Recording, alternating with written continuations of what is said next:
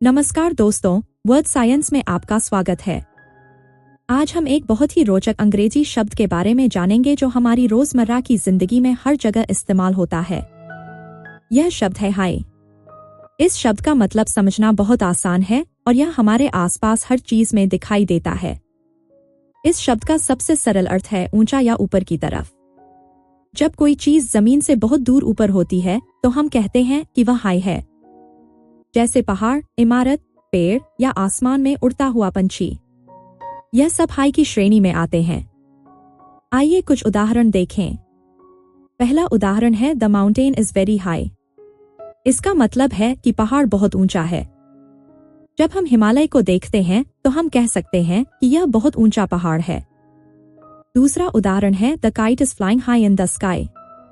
इसका अर्थ है कि पतंग आसमान में बहुत ऊपर उड़ रही है। तीसरा उदाहरण है my school building is high. इसका मतलब है कि मेरे स्कूल की इमारत ऊंची है। अगर आपके स्कूल में 3 या 4 मंजिलें हैं तो आप कह सकते हैं कि यह एक ऊंची इमारत है। यह शब्द हमें किसी भी चीज की ऊंचाई बताने में मदद करता है।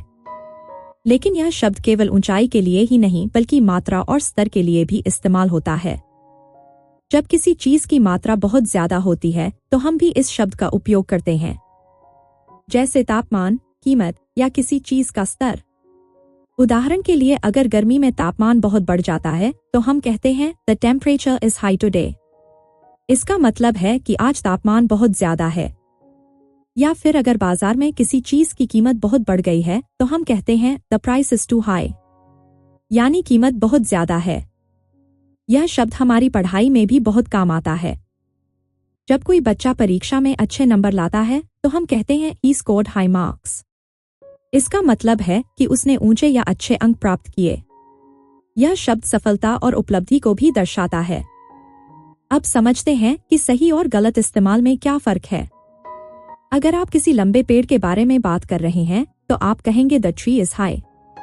लेकिन अगर आप किसी व्यक्ति की लंबाई के बारे में बात कर रहे हैं तो आप टॉल शब्द का इस्तेमाल करेंगे, ना कि हाई। यह एक महत्वपूर्ण अंतर है। रोजमर्रा की जिंदगी में यह शब्द हर जगह सुनाई देता है। खेल में जब कोई खिलाड़ी ऊंची छलांग लगाता है तो हम कहते हैं हाई जंप। संगीत में जब आवाज की तारता बढ़ती है तो हम कहते हैं हाई पिच।